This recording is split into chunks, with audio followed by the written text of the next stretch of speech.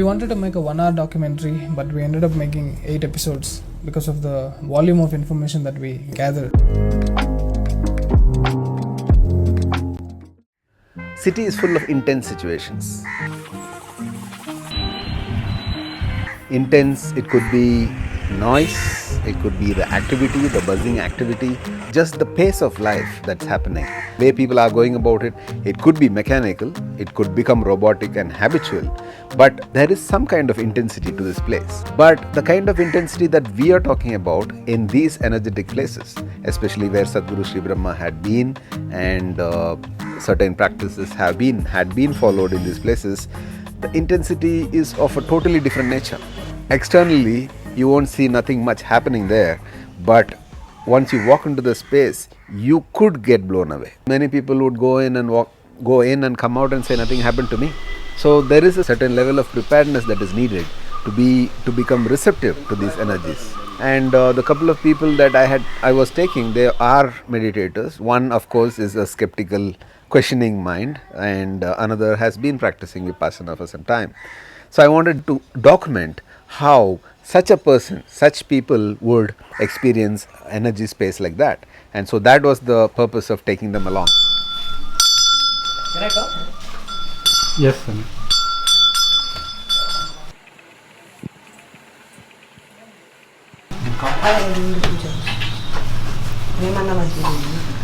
Wow.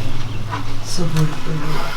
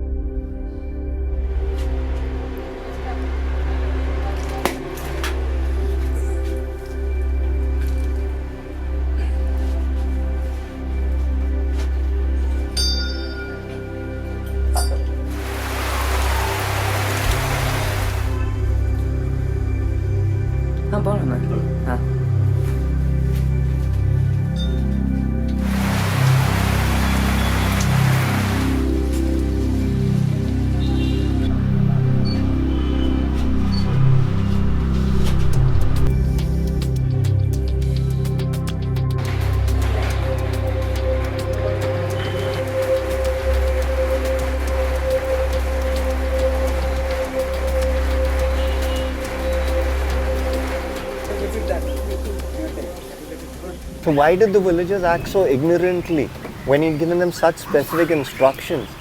And at the same time, I don't understand, in spite of things what happened around him, isn't an accomplished yogi supposed to be calm and peaceful all the time? I think that's a big misconception that the world Why? has. Yeah, I mean, it's a big misconception to think that all the people who are spiritual and enlightened has to be like peaceful and with no anger. I mean, as early as Parshuram, who had killed thousands of people in the battlefield, I mean, our country has witnessed many such intense yogas and siddhis. You know, like, I think they acted more out of the need arising from the situation. I mean, I've heard, you know, Nisargadatta Maharaj, he used to actually send people away by getting very angry. Then Trailanga Swami of Banaras, he actually used to throw stones at people. I think it's basically lot of these intense beings who has come in this on this earth.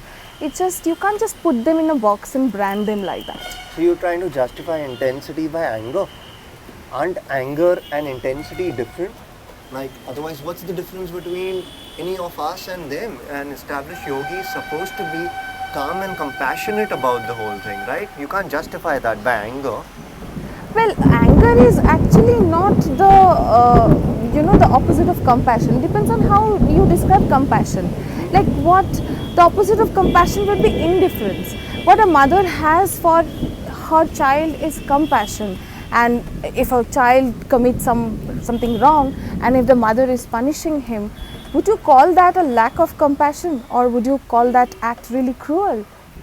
So you're trying to say that it is intention that matters and action doesn't matter. But effectively, aren't we living in a society where all of us are judged by our action? A person does a good action, he's going to be called good. Let's accept it. And if he does a bad action, obviously it's going to be considered bad, isn't it? Now I have to tell you this beautiful thing that I've heard once. The act of pushing a knife into a person's body and tearing it apart, it's a bad action, right? When done with the intention of anger, it becomes a bad action. But when a doctor does with an intention to save a patient's life, it just becomes a very beautiful act. So there you go. Great. How was it for you, Raj? So the idea of who a yogi or how a yogi or a sadhu or how a spiritual person should be is by itself is a wrong idea.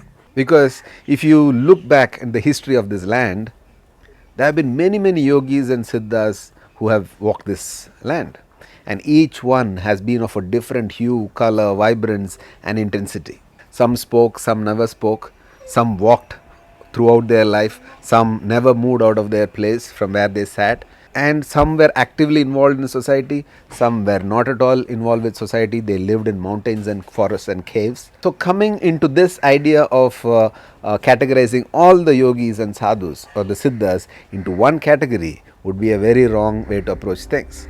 So what is this intensity that these people carried, and why this idea that a yogi should not get angry? Anybody who is involved in any activity would have experienced what intensity means. Intensity we would have known in action. Let's say when you're playing a game or you are driving or you're doing something, these activities involve different levels of intensity. But there is an aspect of life where you can just sit still and become intense by yourself. Right now we just know just about our body and its physiological functions. In yoga, this aspect of body is approached. We have different layers: Annamaya Kosha, which is the food body, and the Manonmaya Kosha, which is the mental body, and the Pranamaya Kosha, which is the energy body.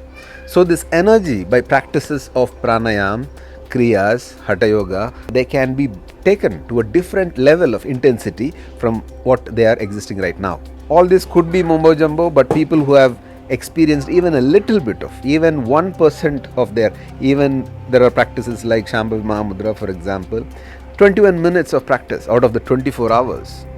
I don't know what that is, 1/48 of a fraction, giving that much time of 24 hours, suddenly people's energy levels have changed. They feel exuberance throughout the whole day. They feel energetic, lightness. They don't feel tired through the day. So all these things just by giving 21 minutes of the day for this kind of sadhana. So there are very advanced levels of sadhana where people take their intensity of their body and energies to such an extent that sitting there, sitting still, they could create a whole explosion around them. People who walked into that space exploded into different states if they were receptive to that. Receptivity could be made by either the individual having themselves practicing certain yogic practices, or just by devotion. So judging any kind of intensity with anger is a wrong idea, because for us anything which is done with intensity, we would assume that there is a certain level of anger or seriousness to it. Maybe they are within them playful. Just by the action we can't judge what they did. Regarding what Sadhguru Shribrahma did, he walked away just because maybe he was doing something for a different purpose and the people did not understand. So he just walked away.